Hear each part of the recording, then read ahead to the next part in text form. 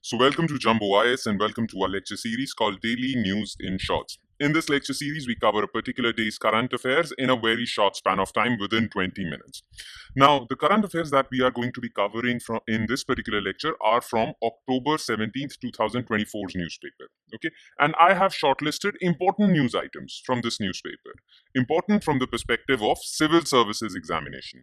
There were other news items also, but those news items are not for us to consume. Okay, they're not important for civil services examination. I have included only those news items that are important for UPSC and state civil services examination. All right, now the topics that we are going to cover in this particular lecture are as following. So here is the list of today's topics. So today we are not going to cover that many topics. We are just going to focus our attention on three topics.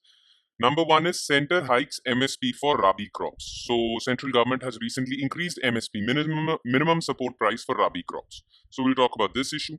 Then recently Minister of Commerce and Industry has talked about quality control orders. Quality control orders for various products being imported or produced in India, whether they are domestically produced or they are imported, okay, in India. They have to follow these quality control measures. So what are quality control orders? Who issues them? We'll talk about this. And recently, North Korea and South Korea have locked horns and they are ready for a conflict. Relationship is not looking good, and we might be looking at a war-like situation between the two Koreas. So conflict in Korean Peninsula. We'll talk about this issue. Okay? All right then. Let's begin this discussion starting with topic number one, which is center hikes MSP for Rabi crops. Okay, so let's first take a look at what was in the news. Okay, then we'll talk about what is MSP and what are these Rabi crops whose MSP has been increased. Okay, so the Union government announced MSP for 6 Rabi crops for 2025-26 Rabi marketing season. Okay, now agriculture has basically, more importantly, 2 seasons. Okay, though there are more seasons as well, but important seasons in agriculture are two, Kharif and Rabi. Kharif starts around June, July and ends around September, October. Okay, whereas Rabi starts around November and ends around April, May. Okay, so these are the 2 seasons.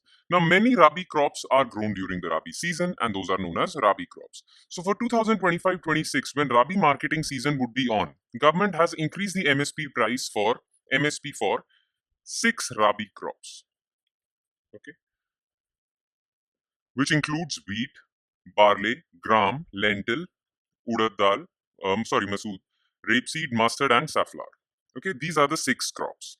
And wheat has seen the highest increase. All right. Now, what is important for you to remember? First of all, you need to know about these 2 seasons, which I'm guessing that you know already. Then, you should know that Government of India declares MSP for 22 crops. Okay. 14 of them are Kharif, 6 of them are Rabi, and 2 of them are commercial crops. All right. And who declares MSP? Well, Cabinet Committee on Economic Affairs, CCEA, declares MSP. Cabinet Committee on Economic Affairs is chaired by Prime Minister. Just remember these facts. Who declares MSP? Cabinet Committee on Economic Affairs. Who's the chairman of Cabinet Committee on Economic Affairs? Prime Minister. How many Rabi crops are there on which MSP is declared? 6. How many Kharif crops are there on which MSP is declared? 14. All right. Now, a few details about MSP. First of all, I'm guessing that you know about MSP. MSP, as the full form suggests, is minimum support price. Now, what is minimum support price? This is the guaranteed price at which farmers' crops would be bought by the government. So farmers don't have to worry about market price, whether it's going to rise, whether it's going to fall. Farmers are assured a guaranteed price in the market. Okay, and government is guaranteeing that price. Now, MSP is declared for 22 crops, as I mentioned before, and MSP is declared for 22 crops. And this MSP is based on the recommendation of Commission for Agricultural Costs and Prices. So what happens is CACP, which is an attached office of Agricultural Ministry, recommends MSP. That recommendation goes to Cabinet Committee on Economic Affairs, and Cabinet Committee on Economic Affairs finally declares MSP. Okay, so CACP is only a recommendatory body. Declaratory body is CCEA. Now, CACP recommends prices for 23 crops. 22 crops are for which MSP is declared. And there is one sugarcane crop for which FRP is declared, fair and remunerative price. Okay, so in total, CACP recommends prices for 23 crops, 22 for MSP, and one sugarcane for FRP. All right, of these 22, 14 are Kharif, 6 are Rabi, 2 commercial crops, which are jute and copra. All right, so this is the basic trivia that you need to be aware of as far as MSP is concerned. Okay, now a little bit information was given about these Rabi crops, these 6 Rabi crops in the news article. Okay, so we'll talk about this information also. So about the 6 Rabi crops, although there are many Rabi crops and there are many Kharif crops, but only 14 Kharif crops are there on which MSP is declared, and 6 Rabi crops are there on which MSP is declared. Okay, so Rabi season starts around mid-November, ends at April-May. Rabi crops for which MSP is declared. Number 1 is wheat. It is the second largest crop in terms of acreage, area sown, after rice. Rice is the largest. And who's the largest producer of wheat? UP, followed by MP, then Punjab, Haryana, Rajasthan, Bihar, Gujarat, Maharashtra. Then the second Rabi crop is gram. Gram is the biggest pulse crop in India. Okay, we grow different pulses. Gram is the biggest pulse crop. The top producer is Maharashtra, followed by MP and Rajasthan. Then there is barley. Barley is also a Rabi crop, and the top producer is UP. Then lentils, again a form of dal. Top producer is UP, MP, West Bengal, but the top producer is UP. And the last two are oil seeds, okay? Rapeseed and mustard, okay? Now remember, rapeseed and mustard are the second biggest oil seed crop after soybean in the country. So we grow a lot of oil seeds. The most oil seeds that we grow, or the category of oil seeds that is grown the most in India, is soybean. After soybean is rapeseed and mustard. Okay, Rajasthan is the largest producer of rapeseed and mustard. But remember, soybean is the largest oilseed crop grown in the country, followed by rapeseed and mustard. Okay, so this is the basic prelims relevant information that you need to be aware of. All right, and that ends the topic. That's all you need to know with respect to MSP. Okay, now let's move on to topic number 2, which is quality control orders, QCOs. Now, what are quality control orders? We'll talk about that. First, let's talk about why they were in news. So, QCOs that restrict the import and sale of substandard items in the country have been extended to 732 products to align with international standards and boost exports. This statement was given by Commerce Minister recently. He gave this statement in his speech at annual symposium of Indian Foundation of Quality Management.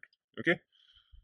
Commerce Minister is Mr. Piyush Goyal, and he said that before 2014, when Congress government was in power, quality control orders were only released for 106 products. Now they cover 732 products. Okay, which begs the question: what are quality control orders? So, quality control orders are a set of standards, rules, and regulations that different products have to follow. For example, if we talk about cotton is a product.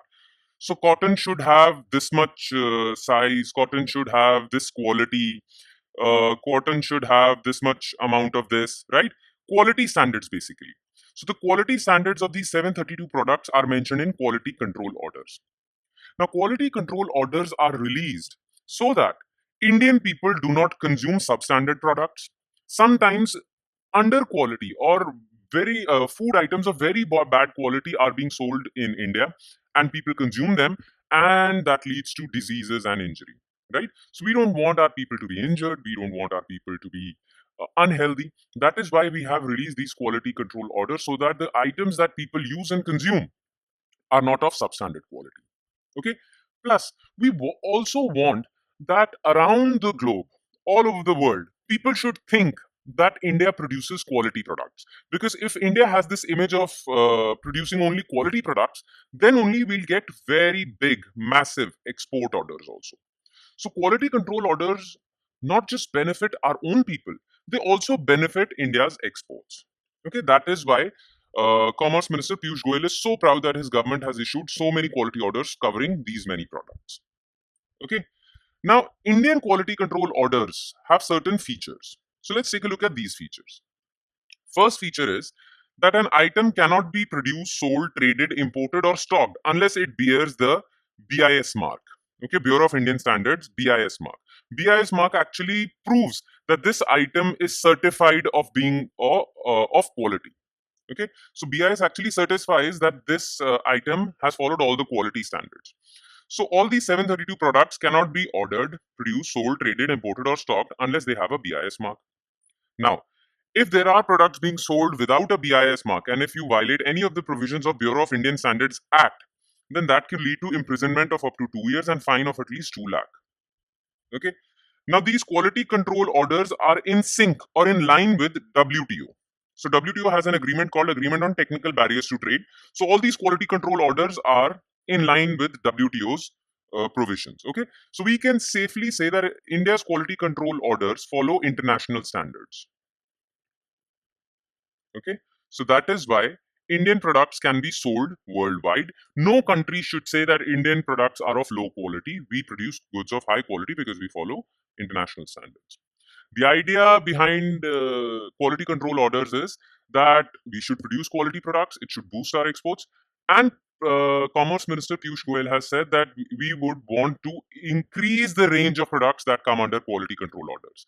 At present, they are just 732, but we want to increase it further. All right. Now, what is the significance of quality control orders? I mean, what are the advantages of quality control orders? First of all, it will allow India to boost exports because now people know, or people all over the world know that India produces quality products, so they would buy more from India. It would boost India's exports, and India would become a part of global value chain.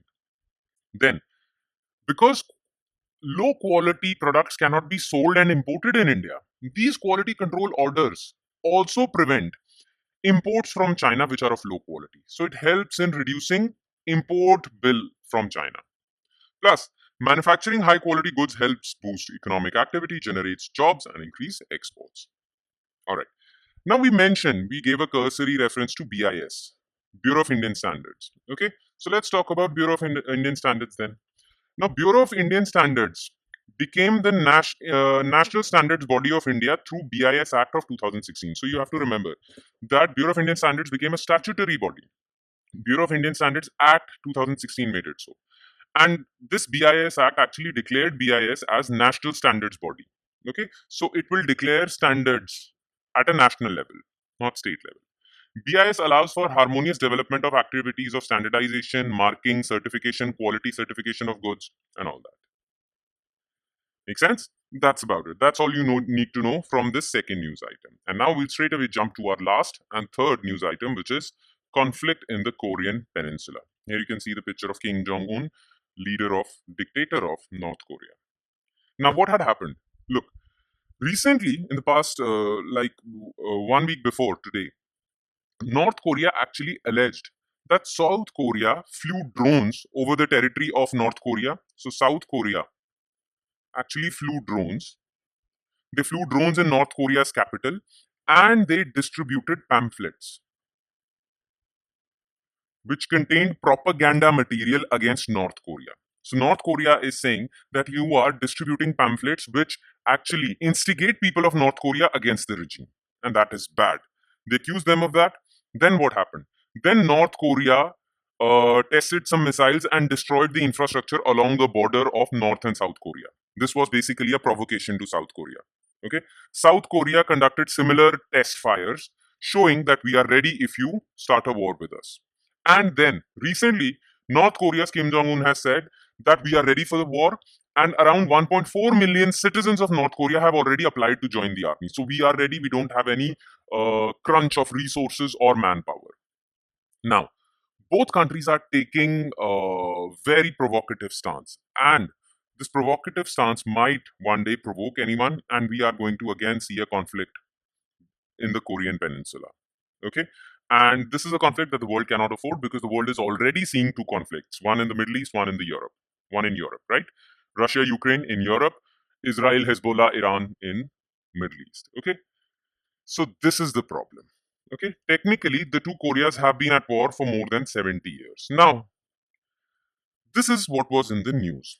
But you need to understand the history of Korean Peninsula as to how these two countries came to being, as to how these two countries became eternal enemies. Okay? So let's take a look at some historical context to this conflict. Okay? Now look, this is the Korean Peninsula. Okay? It shares border with China, and this part over here is Russia. So it shares border with China and Russia, land border. It shares maritime border with Japan also. Now, the Korean Peninsula was under Japanese occupation. Japan conquered Korea in 1910 and stayed there until 1945, until Japan's defeat in World War II. Okay, so Japan got defeated in World War II and Korea was liberated. But the thing is that the superpowers of the day, which were USA and USSR, had interests in Korea. So there were some people who were sympathetic to communist regime of USSR and China. So they wanted a communist regime in Korea. But there were some people in Korea who were more sympathetic to the liberal Western democratic order of USA. Okay, and USA was supporting them. Therefore, in 1948, both USA and USSR, along with China, decided to break up Korea.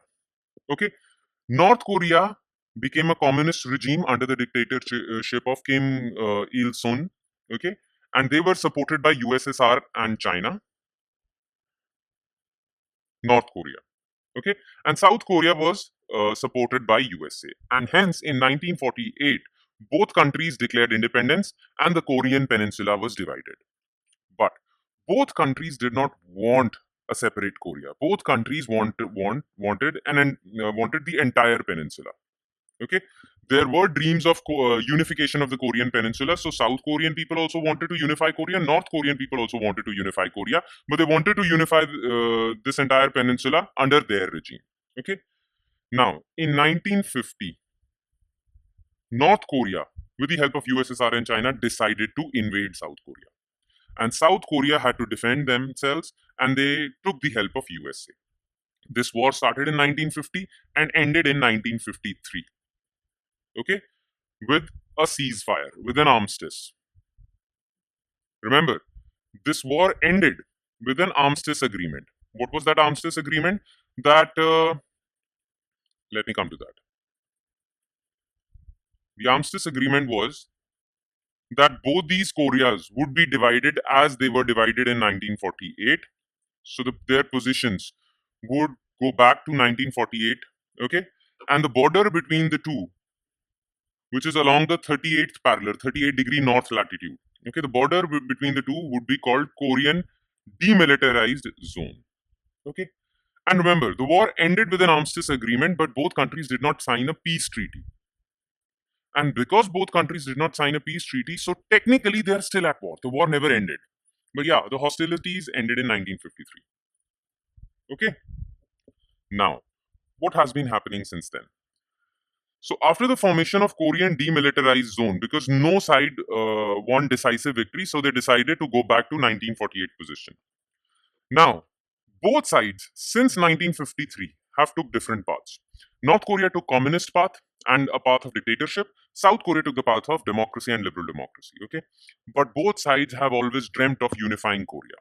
Okay, either through military means or through peaceful means. Now, military means were tried in the Korean War, but since 1970s they have tried peaceful means as well. Some agreements were signed in 2000, 2007 and 2018, but they were inconclusive. All right. Now both sides are again taking a provocative position and thinking that we should unify this peninsula through forceful means. Nonetheless, both sides have taken hostile positions and they look like at the brink of a war. A war which the world cannot afford right now. Okay, the third region also in the world. Okay, after Middle East and Europe, a third region in Asia being at war is something that the world cannot afford. Nonetheless, this is the situation on the ground. All right. And with that, we conclude today's current affairs. Thank you so much for watching, everyone. And I hope it has added value to your preparation, though it would add more value if you consolidate your current affairs by revising today's lecture. Okay, so revise this lecture, and you can revise this by revising the notes for this lecture, which are provided to you guys by us in a PDF file. That PDF file will be shared on our Telegram channel, and the link to our Telegram channel is provided in the comment section below. So click on that link, you'll be taken to our Telegram channel. There you can download the PDF for not just this lecture, but all the other lectures featuring on our YouTube channel. On that note, I'll be signing off. Thank you so much, everyone.